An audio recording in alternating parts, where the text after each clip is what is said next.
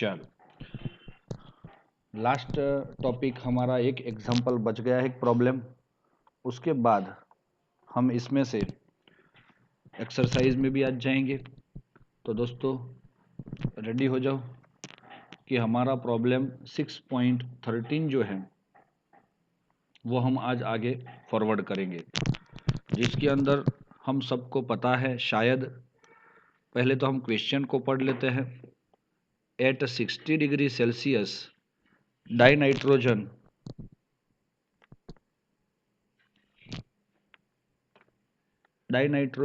Tetroxide.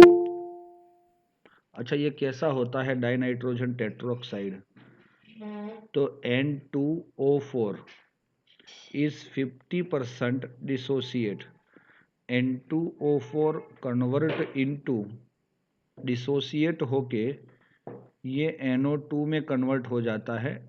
तो ये reaction तो सबसे पहले आपको लिखना ही है, वो कितना हो रहा है उससे हमें कोई लेना देना नहीं है। सबसे पहले हमारा डाइनाइट्रोजन टेट्रोक्साइड डिसोसिएट होता है तो क्या बनता है? तो NO2 के 2 मोल रिमूव होते हैं। दोस्तों समझ में आ रहा है? Gas and gas. अब आप देख सकते हो इधर एट 60 डिग्री सेल्सियस टेम्परेचर, तो ये जो रिएक्शन है उसका टेम्परेचर है 60 डिग्री सेल्सियस। केल्विन में करोगे तो +273 करोगे तो आपको कितना मिलेगा? 333 केल्विन। ओके, तो इतना मिल रहा है around 50% dissociate. Calculate the standard free energy change at this temperature and the 1 atmosphere. तो प्रेशर कितना है? 1 एटमोस्फियर है। बाकी ये 2 वैल्यू आपके सामने हैं। अब इसको आप कैसे कर सकते हो दोस्तों? एक्चुअली ये टॉपिक एक इक्विलिब्रियम के अंदर कैसे उसको किया जाता है उसके अकॉर्डिंग हम समझेंगे तो थोड़ा बहुत ज़्यादा भी अच्छा रहेगा, क्योंकि इसके बाद वाला जो चैप्टर है इक्विलिब्रियम, वो पूरा चैप्टर में हमें ऐसे टाइप के कुछ एग्जाम्पल भी मिलेंगे कि भाई डिसोशिएशन हो रहा है। अगर ये इनिशियली 100% है तो ये कितना है? 0%, क्योंकि ये इनिशियली रिएक्टेंट में से NO2 बिल्कुल बना नहीं है। चलो नहीं बना है क्योंकि स्टार्टिंग में वो नहीं बनता। तो हम क्या करते हैं पता है आपको? इसको हम बोलते हैं इनिशियली। इसका कंसंट्रेशन 1 मोल रखते हैं, 1 मोल रखते हैं, लिखते हैं हम। तो ये कितना था? 0 मोल था। लेकिन लोचा क्या हुआ कि ये 50% डिसोसिएट होता है। तो दोस्तों ये 50% होता है, इसका मतलब एट इक्विलिब्रियम ये 50% कन्वर्ट हो गया किस में? NO2 में। N2O4 convert into NO2। तो इसकी वजह से हम मान सकते हैं कि 50% जितना कम हुआ इसमें से, हाँ या ना? कितना हुआ? 50% जितना कम हुआ।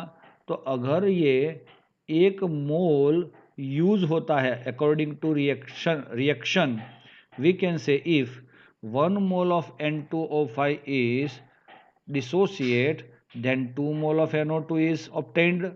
yes or not? तो अगर ये हमें क्या बोला, हमें क्या मिलेगा? 2 इंटू 0.5 मोल मिलेंगे ना। ये कितना बनेगा?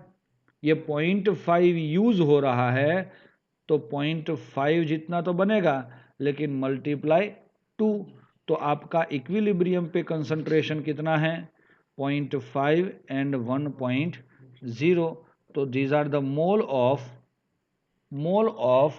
N2O4 and NO2 at equilibrium. चलो समझ में आया? यस, आ जाना चाहिए। दूसरी चीज़ कि ये सारी चीज़ डिसोशिएशन वगैरह हो रहा है वो कितने टेम्परेचर पे कितने प्रेशर पे हो रहा है? 1 एटमॉस्फियर। तो ये 1 एटमॉस्फियर क्या है दोस्तों? तो that is your P total. क्यों भाई पी टोटल है? क्योंकि भाई दोनों गैसेस ये मैंने एक वेसल लिया था, उसी में ही मैं क्या कर रहा हूँ, वो गैस लिया था पहला कौन सा था, N2O4, वो हीट होके डिसोसिएट होके NO2 में कन्वर्ट हुआ, वो भी उधर ही है। और ये वेसल का जो प्रेशर है वो 1 एटमोस्फियर है, और इसीलिए ये दोनों का P of N2O4 plus P of NO2 is equal to 1 atmosphere, ऐसा लिख सकते हैं हम। क्योंकि ये पूरा सिस्टम जो है उसके अंदर दोनों गैसेस है, और दोनों गैसेस के जो मोल है वो या तो ये प्रेशर है वो समेशन 1 एटमोस्फियर जितना होगा। चलो रेडी। तो इससे आपको क्या पता चला दोस्तों कि भाई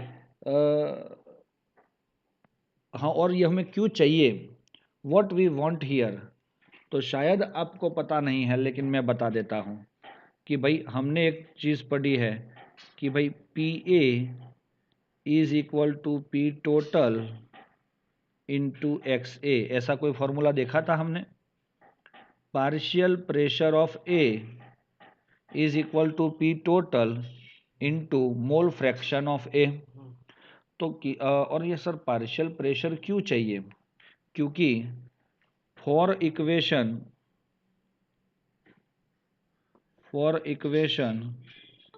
ये जो है उसको नंबर 1 दे देते हैं, तो 1 दे दो। Equilibrium constant K P is equal to what, product PNO2। लेकिन देखो प्रोडक्ट में गैस है दोस्तों, हम जनरली क्या लेते थे यहाँ पे, कंसंट्रेशन लेते थे, लेकिन यहाँ पे गैस है। अगर यहाँ पे गैस है तो हम क्या कर सकते हैं, इसका स्क्वायर है, प्रेशर ले सकते हैं, प्रेशर, और उसके मोल 2 है ना। तो if there is a 2 moles then we can give power is 2, and here it is called a PN2O4। चलो रेडी, नहीं समझे आप लोग, मैं बताता हूँ फिर से एक बार। किसी भी रिएक्शन के लिए A plus B give C plus D, अगर ये रिएक्शन इक्विलिब्रियम में है, ये इक्विलिब्रियम में आ गई है, हाँ, तो ये रिएक्शन जो नीचे लिखा मैंने, वो रिएक्शन अगर इक्विलिब्रियम में है, तो दोस्तों आपको एक चीज़ मैं बताऊं कि इसके अंदर इक्विलिब्रियम कांस्टेंट Kc लिखा मैंने, तो दोस्तों Kc का फॉर्मूला हम नेक्स्ट चैप्टर में पढ़ेंगे अच्छे से, पूरा चैप्टर इक्विलिब्रियम है। तो कंसंट्रेशन ऑफ C मतलब products into concentration of D divide by concentration of A into concentration of B। ये फॉर्मूला आप लोग फ्यूचर में पढ़ोगे इन इक्विलिब्रियम। जब इक्विलिब्रियम में रिएक्शन होता है और उसका इक्विलिब्रियम कांस्टेंट आपको फाइंड करना है, तब आपको ये ध्यान में रखना होगा। नहीं समझे कि समझ गए? समझना जरूरी है। अगर ये दोस्तों देख लो एक बार, मैं बताता हूँ फिर से कि अगर ये सब गैस होते, अगर ये गैसियस आपकी सिस्टम होती, रिएक्टेंट और प्रोडक्ट, तो हम लिख सकते हैं Kp। तो उस टाइम गैस का कंसंट्रेशन, ये स्क्वायर जो है ना, ये स्क्वायर ब्रैकेट, ये स्क्वायर ब्रैकेट क्या है दोस्तों, this square bracket is called concentration bracket.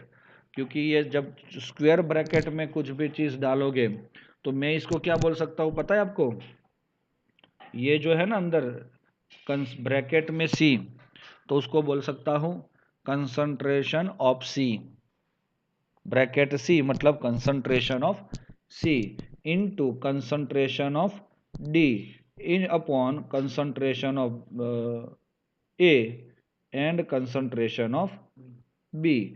समझ में आ रहा है? तो कंसंट्रेशन वर्ड किसके लिए यूज हुआ? ब्रैकेट के लिए। दोस्तों सॉलिड या लिक्विड है तो उसका कंसंट्रेशन हम मोल पर लीटर कंसंट्रेशन से ही मेजर करते हैं उसका कंसंट्रेशन। बट अगर हम मतलब मोलारिटी में मेजर किया जाता है, ऐसा बोल सकते हैं, it is in molarity. Okay, तो अगर गैसियस सिस्टम होता है तो उसका कंसंट्रेशन हम प्रेशर में मेजर करते हैं। किसी भी गैसियस सिस्टम होगी तो उसके लिए उसका जो प्रेशर है वो ऐसे किया जाता है। तो पी सी मतलब क्या हुआ? Pressure of C into P D मतलब क्या? Pressure of D upon pressure of A into pressure of B. ये तो हम दोस्तों नेक्स्ट चैप्टर पढ़ेंगे ना, उसमें आपको अच्छे से समझ में आएगा। अब मैं यही रिएक्शन, अपना रिएक्शन जो है उसको यहाँ पे अच्छे से नए पेज पे O4 हाँ आपको दिखा रहा हूँ। तो NO2 गैस, तो इसका Kp में क्या लिख सकता हूँ? दोनों गैस है ना, इसीलिए Kp लिख सकता हूँ। तो कंसंट्रेशन की जगह प्रेशर ऑफ NO2, उसके जो मोल है वो उसके पावर में चले जाते हैं, एंड P ऑफ N2O4। कुछ समझ में आया क्या? कि भाई अब आपको उसमें से क्या करना है, जैसे मैंने एक फॉर्मूला और बताया आपको, PA is equal to P total into XA के according, if you want PNO2 then P total into XNO2। समझ गए दोस्तों? एक ये फाइंड करना है आपको, और दूसरा PN2O4 is equal to P total into XN2O4 कि जिसकी वजह से हमें ये मिलता है। क्या मिलेगा ये? Very good. तो ऐसा चीज़ हमें मिल जाता है, और इसके अकॉर्डिंग अब हम जा रहे हैं हमारे वहाँ। तो हमने एक चीज़ तो पढ़ ली है कि NNO2 एट इक्विलिब्रियम कितना मिला? NO2 कितना मिला हमें? मोल ऑफ NO2, ये देखो mole of NO2 1.0 and N of N2O4 वो 0.5 मोल। तो दोस्तों ये XNO2 फाइंड करना है हमें। Yes yes. अब हम क्या कर रहे हैं, देखो इधर, for XNO2 is equal to NNO2 upon NNO2 plus NN2O4। Mole fraction का फॉर्मूला आपको याद नहीं होगा तो आप कंफ्यूज हो जाओगे। Mole of the component upon total mole, 1.0 upon 1.0 plus 0.5, तो 1.0 upon 1.5, and mole fraction of N2O4 is equal to NN2O4 upon NNO2 plus N2O4, तो 1.0 अपॉन 1.5, नहीं ये तो 0.5 है मेरे ख्याल से। ओके, तो 0.5 है दोस्तों, तो 0.5 अपॉन 0.5। शायद आपके पास कैलकुलेटर हो तो मेरा काम भी इजी हो जाएगा। 1.0 अपॉन 1 डिवाइड बाई 1.5,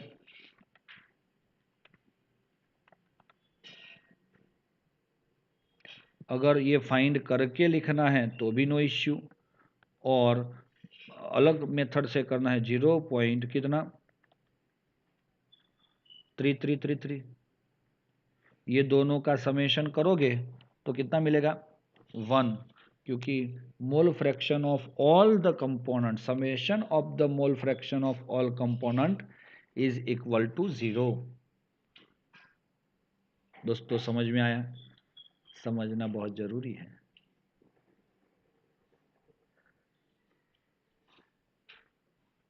चलो अभी हम जा रहे हैं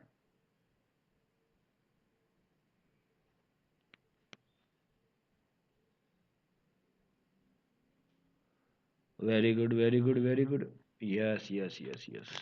अब हमें ये पी टोटल का वैल्यू कितना है दोस्तों, here P total is equal to 1 atmosphere, है ना। तो बस वही तो करना है हमें, 1 एटमोस्फियर ले लेते हैं दोस्तों। तो अब दोस्तों हम क्या करेंगे, मैं सोच रहा हूँ कि हमारा ये केपी वाले फॉर्मूला के अंदर ये दोनों चीज़ लिख ली जाए, PnO2 का स्क्वायर अपॉन PN2O4। लेकिन अब हमारा चाहिए PnO2 is equal to P total into XnO2, yes और नॉट। चलो पी टोटल का 1 एटमोस्फियर, ये कितना मिला 0.666, तो 0.666 यूनिट क्या आएगा, आप बता सकते हो इसका यूनिट क्या आएगा, नहीं बता सकते। तो ये सर प्रेशर है ना, प्रेशर, तो इसको बोला जाता है atmosphere. And Pn2O4 is equal to P total into X N2O4, तो 1 into 0.333 is equal to 0.333 atmosphere. भाई हमें अगर फ्री एनर्जी फाइंड करनी है, तो फ्री एनर्जी फाइंड करनी है ना इसमें, तो इसीलिए हम केपी के पीछे पड़े हैं कब से। और केपी चाहिए आपको, तो आपके पास PnO2 और PN2O5 चाहिए। और PnO2 और N2O5 के लिए आपने मोल मोल फ्रैक्शन वाली स्कीम यहाँ पे देखी है, और वो मोल फ्रैक्शन के लिए मोल चाहिए, वो मोल आपने रिएक्शन को इक्विलिब्रियम में रख के लिया है। तो 0.666 रेस टू 2 अपॉन 0.333, क्या आंसर आ रहा है 1.332। कितने बच्चों को ये आंसर आया, हाथ ऊपर करेंगे। लेकिन दोस्तों मैं इसका यूनिट लिखना चाहता हूँ, कुछ आएगा, इट्स इक्विलिब्रियम कांस्टेंट। तो can we get the constant of this unit, तो यस, यहाँ पे देखो एटमॉस्फियर था उसका स्क्वायर, यहाँ पे एटमॉस्फियर, तो ये स्क्वायर कट होके एटमॉस्फियर यूनिट बच जाता है। Now delta G is equal to -2.303 RT log KP, -2.303 8.314, और टेम्परेचर कितना था 333 log 1.332। अरे भाई ये तो अपना काम हो गया, लॉग कैलकुलेटर से करना चाहोगे कि बुक से, बोलो जल्दी से, कैसे करना चाहोगे आप, do you want to use the calculator, अरे बोलते नहीं ये लोग, तो कैलकुलेटर से करो भाई।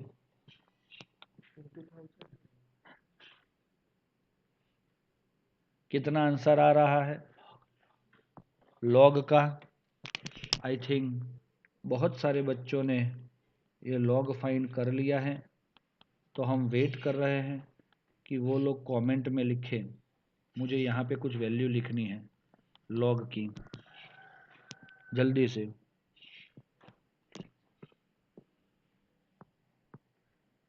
किसी का भी नहीं है। 13 टाइम रूट -1 मल्टीप्लाई 3557,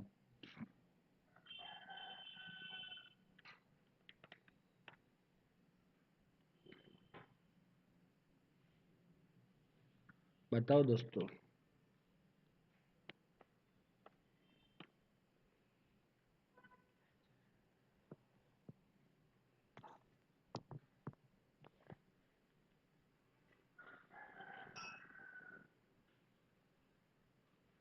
कितना आ रहा है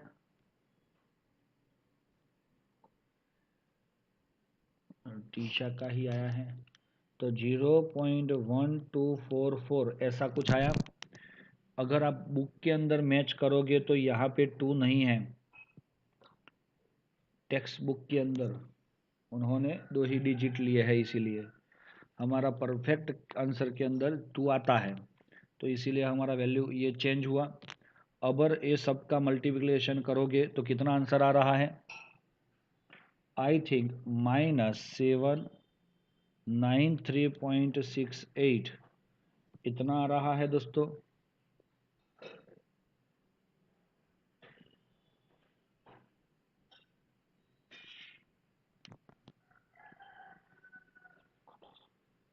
फिर से एक बार करो,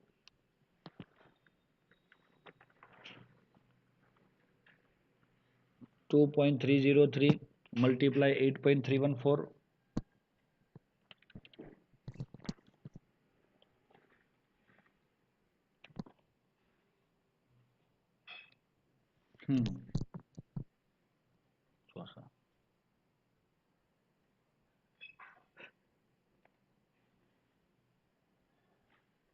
ओके 17 ना, 17 जूल, जूल पर मोल। सर यहाँ पे बुक में तो इसको किलो जूल बोला है, तो दोस्तों बुक ने गलती कर दी है, क्योंकि किलो जूल वर्ड नहीं आता, क्योंकि आपका आर का वैल्यू जो है वो हमने जूल में लिया है, इसीलिए ये किलो निकाल देना है, इधर से ये किलो है ना उसको निकालना है। आप ये सब का मल्टीप्लिकेशन करोगे ना तो भी आई थिंक आपको वही मिलेगा।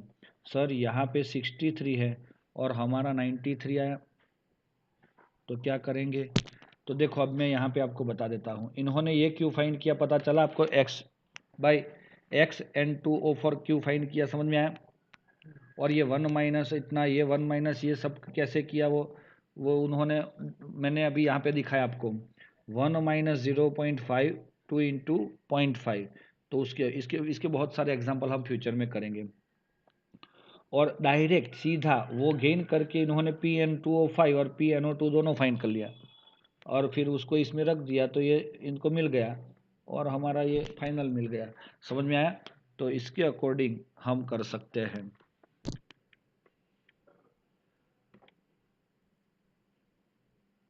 ओके दोस्तों, तो अभी हम एक्सरसाइज पे जा रहे हैं। अरे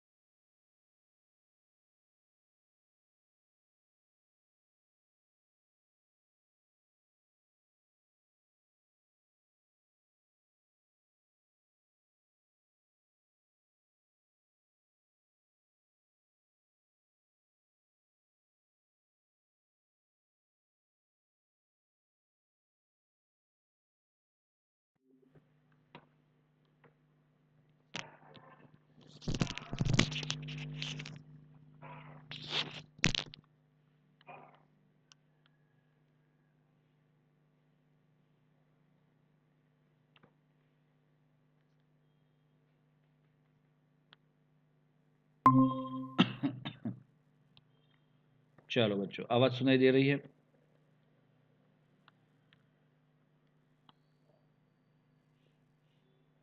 हेलो।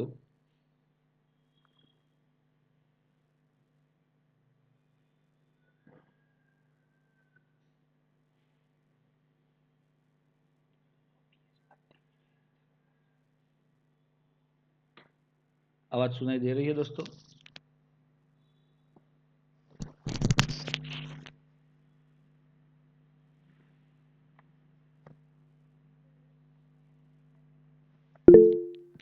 यस। तो now we will start here. Exercise का क्वेश्चन नंबर 1 है 6.1। Choose the correct answer. A thermodynamic state function is a quantity.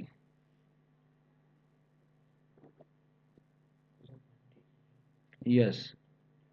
Use the determined heat change whose value depend on the path, and use the determined pressure volume work and whose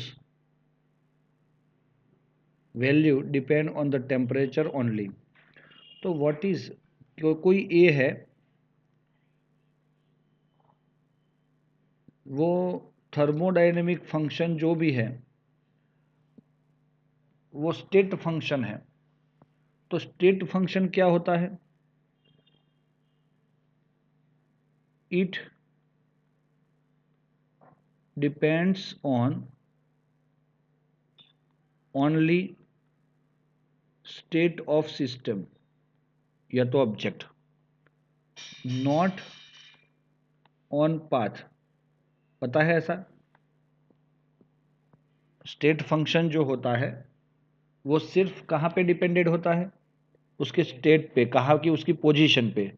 उसका path, वो position कैसे उसने gain किया है, उसके ऊपर depended नहीं है। तो स्टेट फंक्शन का वैल्यू किस पे डिपेंड है? स्टेट पे। It is independent of path. So our answer is 2। For the process to occur under adiabatic condition, the correct condition. What is the adiabatic condition? भाई ऐसी सिस्टम हम लेके आए हैं कि जब हमने इसके अंदर हमारी सिस्टम रखी है, ये क्लोज वेसल है और ये बहुत ही बढ़िया थर्मोस के जैसा है। तो ये सिस्टम है और यहाँ पे सराउंडिंग है। तो heat can not exchange from system to surrounding और सराउंडिंग टू सिस्टम। तो that kind of system, that kind of condition is called a adiabatic condition. और उस कंडीशन में हीट बिल्कुल भी एक्सचेंज नहीं होती। तो हीट की जो वैल्यू है Q, heat means Q is 0। So our option 3 is right, because temperature का उससे कोई लेना देना नहीं, वर्क कुछ। The enthalpies of all element in their standard state. दोस्तों enthalpy means delta H 0, but हमने ऐसा लिखा था delta H 0 element is equal to 0। याद है O2 Al, ऐसे कुछ भी एलिमेंट होते हैं उसकी एंथैल्पी चेंज ऑलवेज 0 होती है। इसीलिए यूनिटी तो होती नहीं कभी भी, क्योंकि सबकी अलग अलग होती है। लेकिन डेल्टा H एलिमेंट की, ये जो वर्ड है ना एलिमेंट, सिर्फ ये एलिमेंट के लिए हम 0 बोलते हैं। Delta U0 of the combustion of methane is this, then the value of delta H। तो दोस्तों हम इसको यहाँ पे ले जा रहे हैं। कंबशन ऑफ मीथेन फॉर्मूला क्या होगा? Formula of methane is CH4। Combustion होना मतलब ऑक्सीजन के प्रेजेंस में ये कंबस्ट होके आपको क्या मिलना है? इसको CO2 प्लस H2O। तो दोस्तों आपको शायद पता चल गया होगा कि इसके अंदर जो दिख रहा है वो आपका, ये तो क्या था? गैस था ना। और ये क्या है? चलो ये बैलेंस है इक्वेशन? नहीं है। ऑक्सीजन हमारा सर यहाँ पे हाइड्रोजन 4 है, तो पानी भी 4 करना पड़ेगा, 2 करना पड़ेगा, तो ऑक्सीजन 4 हो गए, तो इसको 2 करना पड़ेगा। और ये कौन है? गैस। और वाटर को हम क्या लेंगे? लिक्विड। तो दोस्तों हमारा ये लिक्विड गैस से क्या लेना देना है, ताल्लुक है, वो भी हमें अभी पता चल जाएगा, क्योंकि हमारे पास एक फॉर्मूला है, relation of delta H and delta U, because you want the relation of delta H and delta U in the answer. What is the value of delta H? Is greater than delta U, less than delta U, equal to or is zero? तो ये हमें find करना है। तो हमारे पास दो formula थे, याद है? Delta H is equal to delta U plus delta NG RT। नाम सुना है ऐसा? यस। एक और भी फॉर्मूला था, delta H is equal to delta U plus P delta V। लेकिन यहाँ पे हमने बताया था कि जब रिएक्शन की बात होती है, किसी डायरेक्टली सिस्टम की बात होती है और वॉल्यूम चेंज दिया होता है, तो आपको ये पहला वाला फॉर्मूला यूज करना है। ओके। बट अगर आपकी रिएक्शन दी है और गैसियस सिस्टम है, उसके अंदर प्रोडक्ट और रिएक्टेंट, तो उसके अंदर आप ये ले सकते हो। तो what is the value of delta NG? NP minus NR। NP product में गैस कितने हैं? सर ये पानी है, लिक्विड है, और ये CO2 गैस है, वो 1 मोल है, तो इसीलिए हम इसको 1 कर सकते हैं, माइनस ये मीथेन का 1 मोल और O2 का 2 मोल, इसीलिए 3 मोल हो जाएंगे, तो इट इज़ -2 मोल। दोस्तों एक ही चीज़ पता चल गई इधर, कि अगर आपने सुनो सुनो सुनो, delta H is equal to delta U plus था ना, तो -2 RT ऐसा बनेगा क्या है? -2 RT बना। तो दोस्तों मुझे बताओ, ये डेल्टा H और डेल्टा U का रिलेशन क्या हो सकता है? अब तो वी कैन से कि भाई delta U is greater than delta H, या तो हम लिखेंगे delta H is less than delta U। क्यों ऐसा लिखा हमने? क्योंकि भाई डेल्टा U में से 2RT जितना माइनस करोगे तो भी ये बनेगा है। सपोज मैं बता रहा हूं, ये 12 था, इसमें से 2 गए और ये 10 था, तो चलो इसमें से कुछ 2 निकाले तब इसके जितना हुआ। तो what is the relation between only delta H and delta U? See only this, not see 2RT। तो इसमें तो बार है, delta U 12 and delta H is 10, तो हमारा delta U is more compare to delta H। तो हमारा answer क्या रहेगा? सी। लेकिन सर यहाँ पे ये वैल्यू दी है, उसका क्या माइनस में, तो आपको उससे कोई लेना देना नहीं है, वो जितनी भी वैल्यू है उससे भी डेल्टा H कम आएगा, बस इतना सोचना है। रेडी?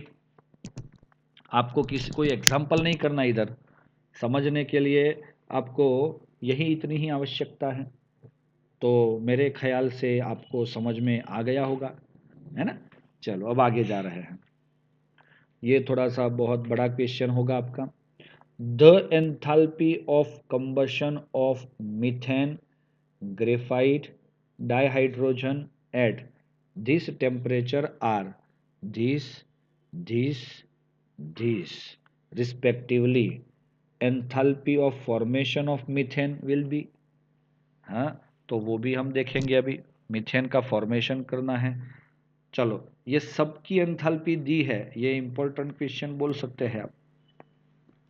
तो 6.5 है ना, तो हम लिख सकते हैं 6.5 का आंसर। तो आप लोग अपने टेक्स्ट बुक के अंदर क्वेश्चन को रीड करो, क्या दिया हुआ है दोस्तों उसके अंदर। तो enthalpy of combustion of methane, तो पहला इक्वेशन हम लिख रहे हैं, CH4 मीथेन कंबशन जो आगे बताया वही रिएक्शन होगा इसमें, plus H2O, gas gas gas and liquid, लेकिन ये 2 मोल और ये 2 मोल। ओके, बात खत्म हो गई। इसका जो डेल्टा CH कितना दिया हुआ है, कंबशन एंथैल्पी है ना, तो I think it is -890.3 kilo joule per mole, हाँ, ये -1 नहीं आएगा, पर मोल लिखा है तो। चलो नंबर 2, ग्रेफाइट, तो ग्रेफाइट का फॉर्मूला क्या होगा, C। अगर उसको कंबस्ट करते हैं तो ऑक्सीजन के प्रेजेंस में आपको मिलता है कार्बन डाइऑक्साइड गैस, तो ये क्या मिला आपको, डेल्टा CH, है ना। तो कितना मिल रहा है दोस्तों, -393.5 किलो जूल पर मोल, ये दिया हुआ है दोस्तों। और लास्ट में dihydrogen gas number 3 H2 gas का कंबशन करना है आपको, तो ऑक्सीजन के प्रेजेंस में आपको क्या मिलेगा, पानी पानी मिल जाएगा।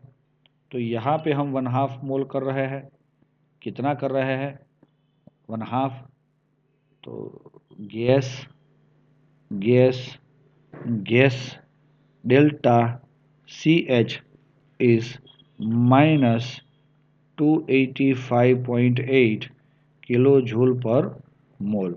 चलो यहाँ तक आपको समझ में आया। ये 3 वर्ड जो दिए हैं क्वेश्चन के अंदर, 3 वैल्यूज दी है, उसके अकॉर्डिंग हम ऐसा लिख सकते हैं, enthalpy of formation of methane. Now for formation of methane, what we can do here, sir methane बनाना है ना, तो कार्बन प्लस H2 लेना पड़ेगा, गिव्स मीथेन CH4। तो बैलेंस कर लिया हमने, तो ये तो सॉलिड था, ये गैस है और ये गैस है। आई थिंक ये समझ में आ गया आपको।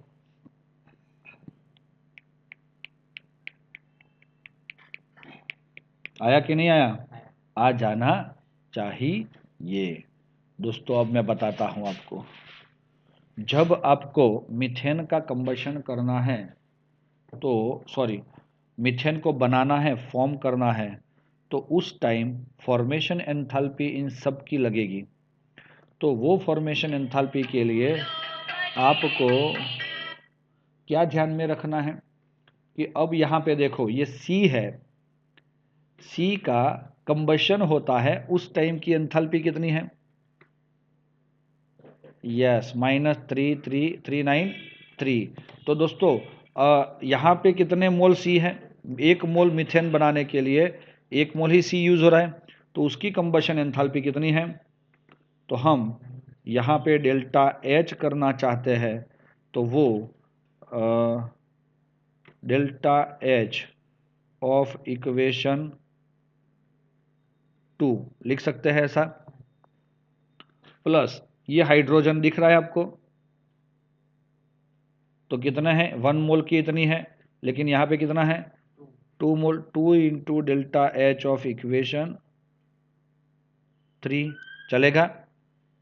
लेकिन यहाँ पे जो मिल रहा है आपको एंथैल्पी ऑफ मीथेन, तो वो प्लस होगी, लेकिन ये मीथेन का फॉर्मेशन हो रहा है। यहाँ पे तो ये दोनों कौन है, रिएक्टेंट है, और यहाँ पे भी ये दोनों कौन है, रिएक्टेंट ही थे, लेकिन मीथेन यहाँ पे रिएक्टेंट है, लेकिन यू वांट प्रोडक्ट, सो ये रिवर्स रिएक्शन सोचना पड़ेगा, उसका प्रोडक्शन सोचना पड़ेगा, तब जाके हमें ये वैल्यू जो है डेल्टा H ऑफ इक्वेशन 1, लेकिन वो कैसा, नेगेटिव लेना होगा, हमें नेगेटिव ही लेना पड़ेगा, क्योंकि आपको मैं बता रहा हूं कि ये रिएक्शन में हमारा methane act as a reactant, but here in the formation of methane it is act as a product. तो उस टाइम हमारा जो एंथैल्पी चेंज है ये सबका समेशन ही करना है हमें। ये सारे जो रिएक्टेंट और प्रोडक्ट है वो सबका क्या करना है, समेशन से ही हमें फॉर्मेशन एंथैल्पी ऑफ मीथेन मिल जाएगी। लेकिन अब हम बता रहे हैं आपको कि भाई ये वैल्यू कितना था इक्वेशन 2 में, -393.5 प्लस 2 इंटू इक्वेशन 3 कितना है 285.8, यस और नॉट, यस, प्लस, लेकिन ये माइनस था और ऑलरेडी डेल्टा एच का वैल्यू इसका माइनस ही है ना, देखो तो ये -890.3। तो दोस्तों 393.5 प्लस प्लस क्या हो जाएगा, ये माइनस कितना हो रहा है 60 पॉइंट, हाँ दो सॉरी ये 285.8 571.6 माइनस माइनस क्या हो जाएगा +890.3। अब आप लोग अपने हिसाब से कैलकुलेटर से ये दोनों माइनस है, ये दोनों है ना, और ये प्लस है, तो उसके अकॉर्डिंग आप प्रोसेस करो दोस्तों।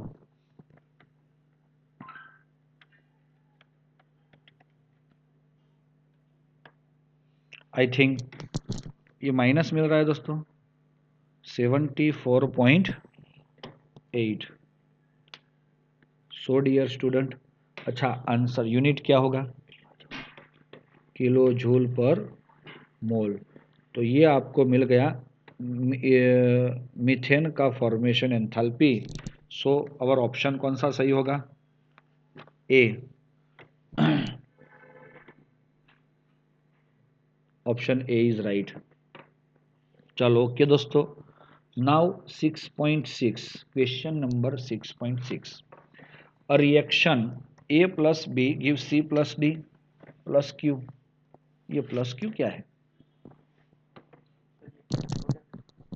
यस प्रोडक्ट है सर, लेकिन क्यू को तो आप क्या बोलते हो, हीट। हीट जब प्रोडक्ट में मिलती है तो ये रिएक्शन एक्सोथर्मिक रिएक्शन हुई, भूलना मत दोस्तों, क्वेश्चन के अंदर ही जो छुपा है उसके अकॉर्डिंग आपको कैसे ही कैसे करके आंसर को गेन करना है। And found have a positive entropy. अब दोस्तों देखो इधर ये बहुत बढ़िया बात कर दी इन्होंने कि भाई आपको समझ में आया रिएक्शन। हम जा रहे हैं नए अच्छे वाले पेज पे, answer 6.6, A plus B give C plus D plus Q. Here Q is at product side, so heat remove है when reaction is proceed, so it's exothermic reaction। दोस्तों आपको मैं बताऊं कि भाई हम ये रास्ते से क्यों जा रहे हैं, क्योंकि भाई हमें कुछ पूछा है उसने। अगर मैं बताऊं आपको एमसीक्यू में क्वेश्चन में क्या है, तो भाई द रिएक्शन विल बी, जो रिएक्शन होगी, लेकिन कब, पॉसिबल कब, at high temperature, only at low temperature, not possible and possible at any temperature.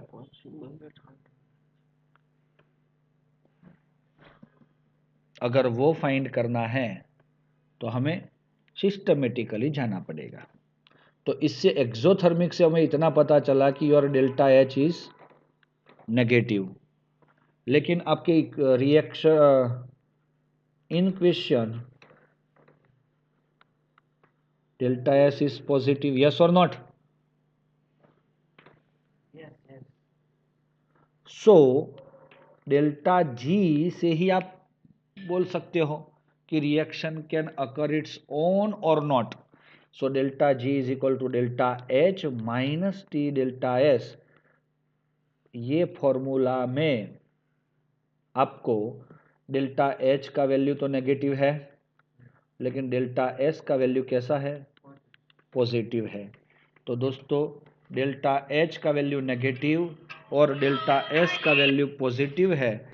अगर ऐसा कर दिया आपने तो माइनस, अब मुझे बताओ, पॉसिबल होने के लिए, रिएक्शन पॉसिबल होने के लिए टेम्परेचर कैसा होना चाहिए?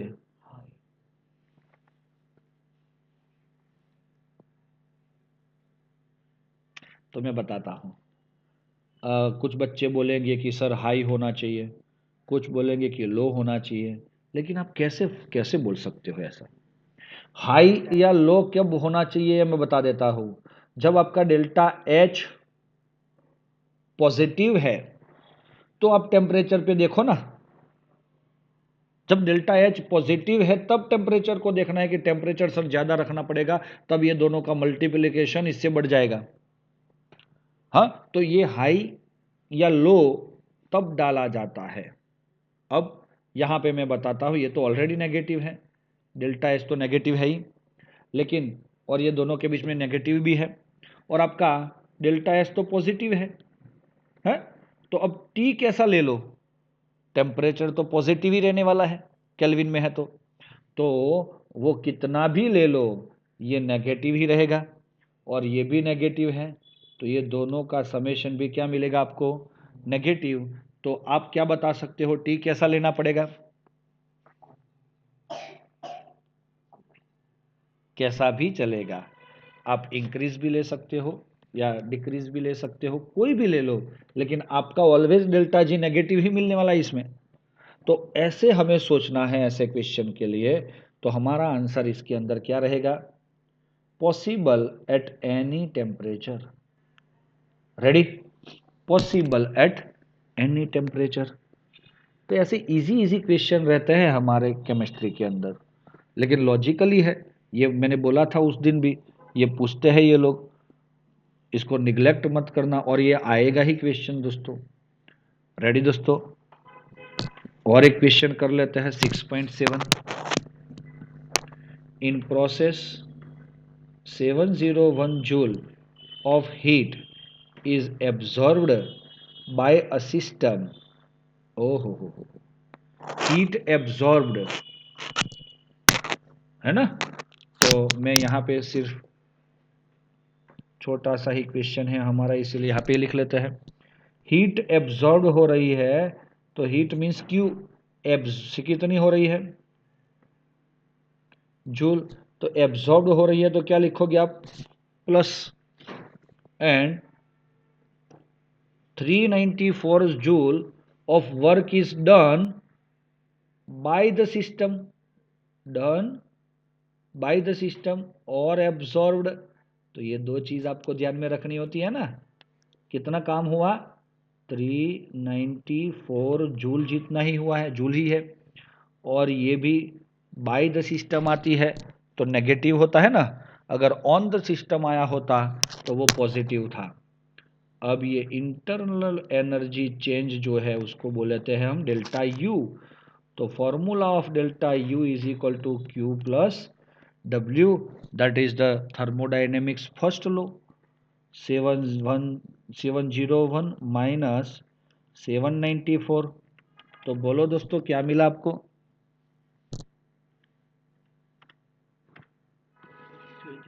है 307 joule. That is your answer.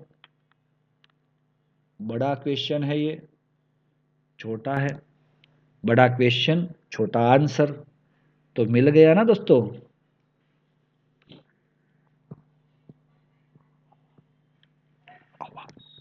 चलो अब आज आ रहे हैं लास्ट क्वेश्चन आज का 6.8. The reaction by cyanamide. दोस्तों यहाँ पे साइनामाइड का फॉर्मूला क्या लिखा है, NH2CN क्या है, solid, with dioxygen was carried out in the bomb calorimeter। दोस्तों यहाँ पे देखो, ये यहाँ पे गलती से उसने सॉलिड गैस लिखा है, लेकिन यहाँ पे क्या आना चाहिए, सॉलिड ही आना चाहिए, क्योंकि यहाँ पे सॉलिड लिया है तो सॉलिड लिखना होगा। ऑक्सीजन के प्रेजेंस में उसको कंबस्ट कर रहा है बॉम्ब कैलोरीमीटर में। तो and delta U was found, तो आपको डेल्टा यू का फॉर्मूला वैल्यू दिया हुआ है ना, और कैलकुलेट एंथैल्पी चेंज मतलब डेल्टा एच। हाँ, उसको नए पेज पे ही ले जाना पड़ेगा। तो आप लोग क्वेश्चन के लिए अपना बुक ऑन रखना। 6.8 अब हम बता रहे हैं NH2CN plus O2 gives Na2 CO2 H2O दिया है ना, यस। जब बैलेंस कर लिया तो ये पता चला कि ऑक्सीजन हमें 3/2 लेना है, गैस गैस और गैस नहीं, पानी तो लिक्विड होगा ना, बाकी क्या रिएक्शन बैलेंस है। तो अब हमारा यहाँ पे कुछ वैल्यू दिया है डेल्टा यू का -742.7 kilo joule per mole and calculate enthalpy change for the reaction delta H is equal to dash। तो delta H is equal to delta U plus delta NG/RT, ये फॉर्मूला लिख सकते हैं हम। Yes yes sir, why not, we can write that equation. Now see, we want to find delta NG, NP minus NR। NP कितना है, 1 and 1 it's a 2, minus ये कितना है 3/2 इज इक्वल टू 1.5 मोल। चलो R का वैल्यू 0.5 आ रहा है, okay गलती हो गई, 0.5, 8.314 जूल पर मोल इनटू केल्विन। और ये जो T है कितना टेम्परेचर दिया है, 298 केल्विन है। एक गलती तो आप करने वाले ही हो, मुझे पता है। ये कितना है 742.7 प्लस डेल्टा NG क्या है, आप लोग मुझे बताना कौन सी गलती कर रहे हो आप लोग। सॉरी 0.5 माइनस प्लस कुछ नहीं है इधर, हाँ गद्दा कर रहा है मैंने।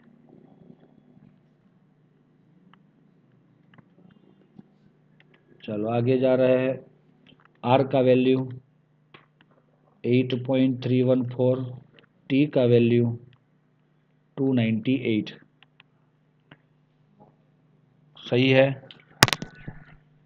यस यस बच्चों, कौन सी गलती कर रहे हैं हम यहाँ पे, हाँ इसको सर हम वैल्यू जो है डेल्टा यू का किलो जूल में है और हमारा आर का वैल्यू आपने जूल में लिया है। चलो मैं आर को किलो जूल में ले लूँ तो चलेगा, ये बहुत बड़ा वैल्यू हो जाएगा, मल्टीप्लाई 1000 होगा ना, और तो ये ज़्यादा बड़ा हो जाएगा। तो इसको हम कर रहे हैं कि भाई ये आर का वैल्यू है 8.314 मल्टीप्लाई 10⁻³ किलो जूल पर मोल इनटू केल्विन। ओके, तो दोस्तों यहाँ पे हम कर रहे हैं मल्टीप्लाई 10⁻³ चलो 427 प्लस ये कितना आ रहा है टोटल, ये सबका मल्टीप्लिकेशन किया आपने 10⁻³ का भी, तो शायद इट्स 1.2387 इतना आंसर मिल रहा है। अब इसमें से इसको सब्ट्रैक्ट कर लो, माइनस 742.7